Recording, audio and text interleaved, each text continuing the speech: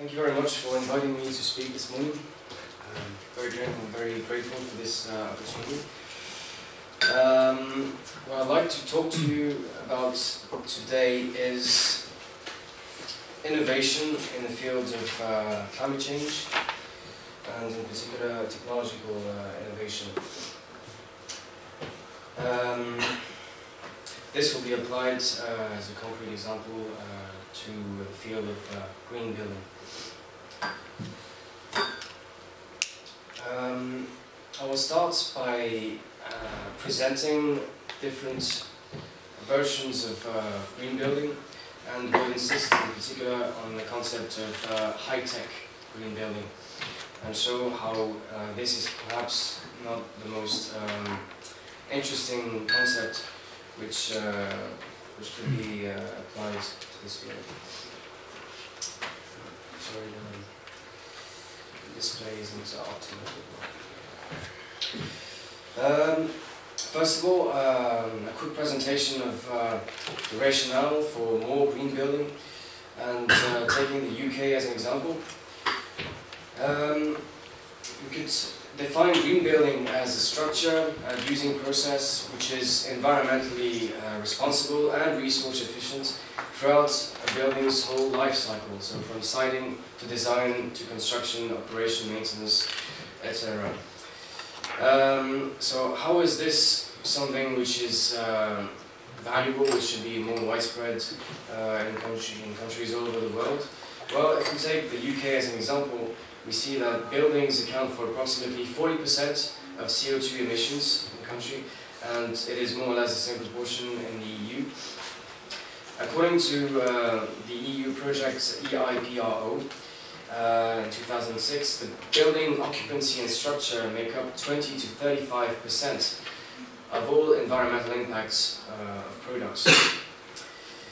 There is another social aspect to climate change, which green building can also help solve. It is that of energy poverty. We know that average UK household gas bills have risen by 109% and electricity bills by 70% between January 2003 and March 2008. We also know that energy-related indebtedness, which is defined as citizens owing more than £600, I think, on their utility bills. This indebtedness has also risen by 64% between 2004 and 2007, and by 19% for gas customers. Climate change is, besides, is expected to have increasingly disastrous effects over time. Even if it is curbed, some influence over the climate is unavoidable. Some experts even predict that peak summer temperatures could rise to up to 7 degrees Celsius by the 2080s compared to today, which means that the hot summer temperatures which were observed in 2003 up to 38 degrees Celsius in the UK could actually become the norm. Therefore, there is a crucial need to retrofit existing buildings and design new ones in greener ways. Now, the question is, what exactly do we call green? Let's take a look at what is considered green building in China, at least most of the time. Buildings like this one, or that one, or this one, or this one. This one is in Shenzhen. This one is a building which is nearby, just on the Tsinghua campus, etc. But green building doesn't always look so fancy, so high-tech, all steel and glass. Elsewhere, it has been done very differently. Like this, like that, like this. This is things better, etc. There are very different ways of making a building green, more energy efficient, more resource efficient. There are in fact different logics conflicting in this field. What we see in countries like China, but actually in many other in many other locations, is the influence of the high-tech way of the high-tech architectural movement, which has been exemplified in works by many British architects, among whom Norman Foster, Richard Rogers, Nicholas Grimshaw, but also Renzo Piano, Thomas Herzog. Those are beautiful buildings, those are impressive buildings, top-notch. However, those are probably not the buildings which should be most copied around the world as far as green building is concerned. The key ideas in this architectural movement are to be in tune with the spirit of the age, which means to use always the most advanced technology available. Jan Kaplicki, one of the driving thinkers of this movement, even urged architects to try and include aerospace technology in the field of green building, to actually take materials designed by NASA and use them within those buildings. This is also a reflection of the what I could call the eco-technic logic. This logic is based on the assumption that science and technology can provide the solutions to all environmental problems. The only way out of our energy and environmental crisis is to go further down into industrialization. There is therefore a strong emphasis on sticking to the old, the normal model we've been following up to now, and simply making it more and more efficient, including more energy efficient. But I would argue that such a way of thinking is not advisable. Why should we not use the most advanced technology everywhere? Well, first of all, for an obvious reason, it's probably not going to be cost efficient. It makes for rather expensive buildings. But even more interestingly, because of the embodied impact of such technologies. What exactly do we call embodied impact? Well, it is all the impacts which are related to the manufacturing of those products, to the assembly of those products. It is all the invisible impact. The most frequently used field for this embodied impact analysis is that of energy. A building might have a very low operating energy, which means it might actually consume very little energy relative to its size, to the number of people working or living in it.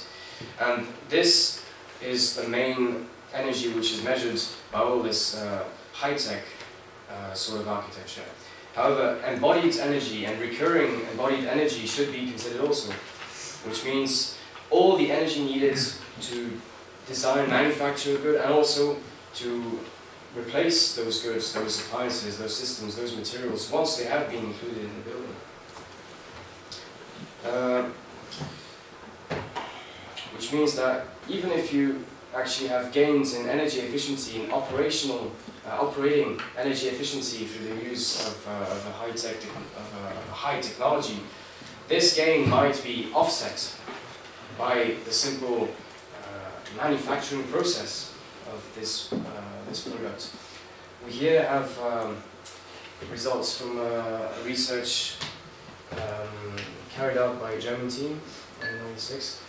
We see that a self-sufficient solar house, which relies entirely upon rather big and complex solar PV installations, is not more efficient on its whole life cycle than another house which is designed according to different concepts.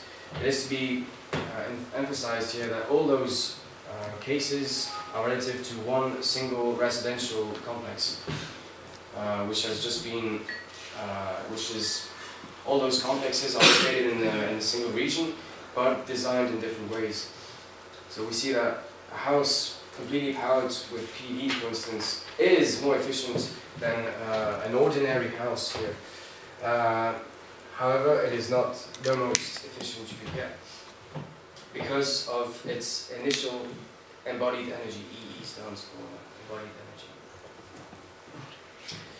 Those statistics come from an analysis carried out in Hong Kong, which show that, for instance, steel has the most heavy environmental footprints or energy footprints of all those different products in gigajoules per square meter. And steel, of course, as you know, is one of those interesting materials which architects of the high-tech movements enjoy to use. Therefore, whenever talking about green building, the whole life cycle analysis of a building should always be carried out. Not only in the field of energy, but in all environmental impacts. From material acquisition to building construction to demolition, disposal, everything should be taken into account. Now, I'd like to take an even broader perspective on this quickly and discuss how this use of technology is, how it should be included in our modern economies. We could say that maybe it isn't such a big problem if we use more and more of such advanced technologies in our economies, because in a way the manufacturing process is always more and more efficient, energy efficient, resource efficient. Every year you can actually design a given technology in a more and more efficient way. And indeed, we notice here that our economies, while most of the world economies, have been gaining in energy efficiency and in general environmental efficiency over the years. This is called relative decoupling, which means that for every new economic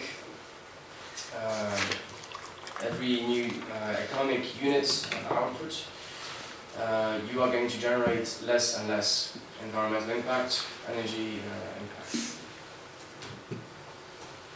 However, absolute decoupling has not been observed yet.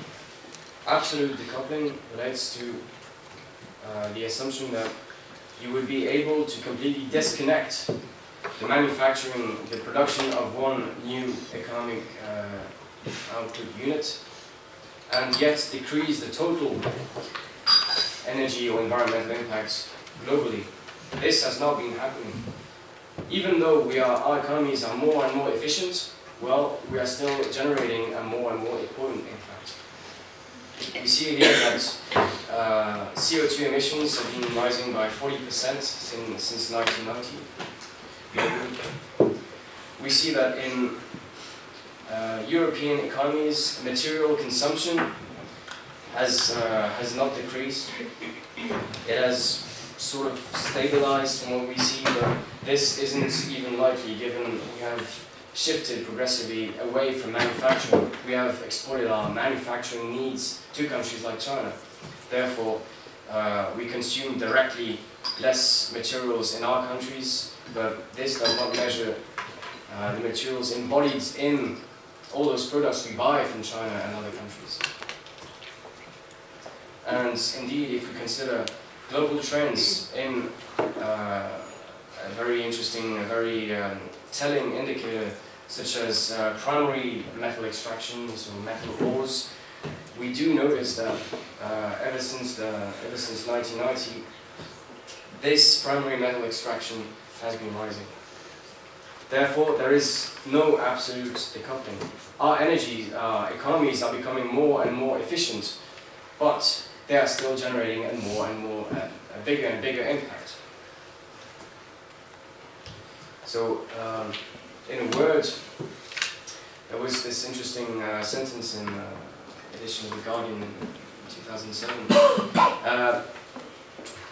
We cannot save the planet as it's written here, or just generate a lighter impact on ecosystems, on global energy consumption, by consuming more products.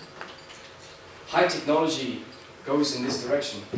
high technology tells you have to buy every year the most state-of-the-art technology. You have to invest in the newest technology possible. However, this is not generating a lesser impact. Therefore, in my opinion, there would be certain niche applications for some high technology in some countries, in already urbanized countries, like European ones, for instance, where there is very little new construction every year. And those niche applications could be, for instance, in the renovation of historic buildings, where you actually cannot destroy a whole facade, where you have to use very innovative techniques to render a building more energy efficient without completely ruining it. But in heavily urbanizing countries like China, high technology can simply not be seen as a solution. And it is a shame that for the moment, at least in China, we notice green building as being so intimately related to top-notch, to high-class buildings, very expensive ones. So here I suggest, so those are simply two interesting discussion topics, I think on this level. First of all, I've been talking here mostly about green buildings, which means buildings with a low environmental impact or energy impact.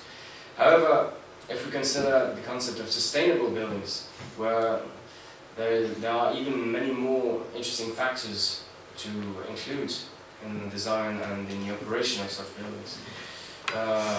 For instance, according to some, cultural sustainability is important too for a building. How does a building contribute to preserve the local culture and not merge everything in globalized culture and anonymous globalized culture? Sustainable buildings should also protect human health, avoid this sick building syndrome which affects so many people. Architecture should also have a very strong social aspect. It should contribute to creating more links between people, to even enhancing democracy in the thought of certain architects. And finally, where do we place the balance between comfort and environmental impact? And secondly, even more interestingly in my opinion, given innovation is at the core of how modern economies work, given innovation is so closely linked to the concept of economic growth, if we consider economic growth as having an overall negative impact on the environment, on the way we live, well, can we still continue innovating and producing more technological, some new ideas without this scheme of perpetual production and consumption? Can we disconnect innovation from growth? And if high-tech isn't the key in green building as in other sectors, well, should we stop investing so much in actually producing new technologies? That's all I have to say. Thank you.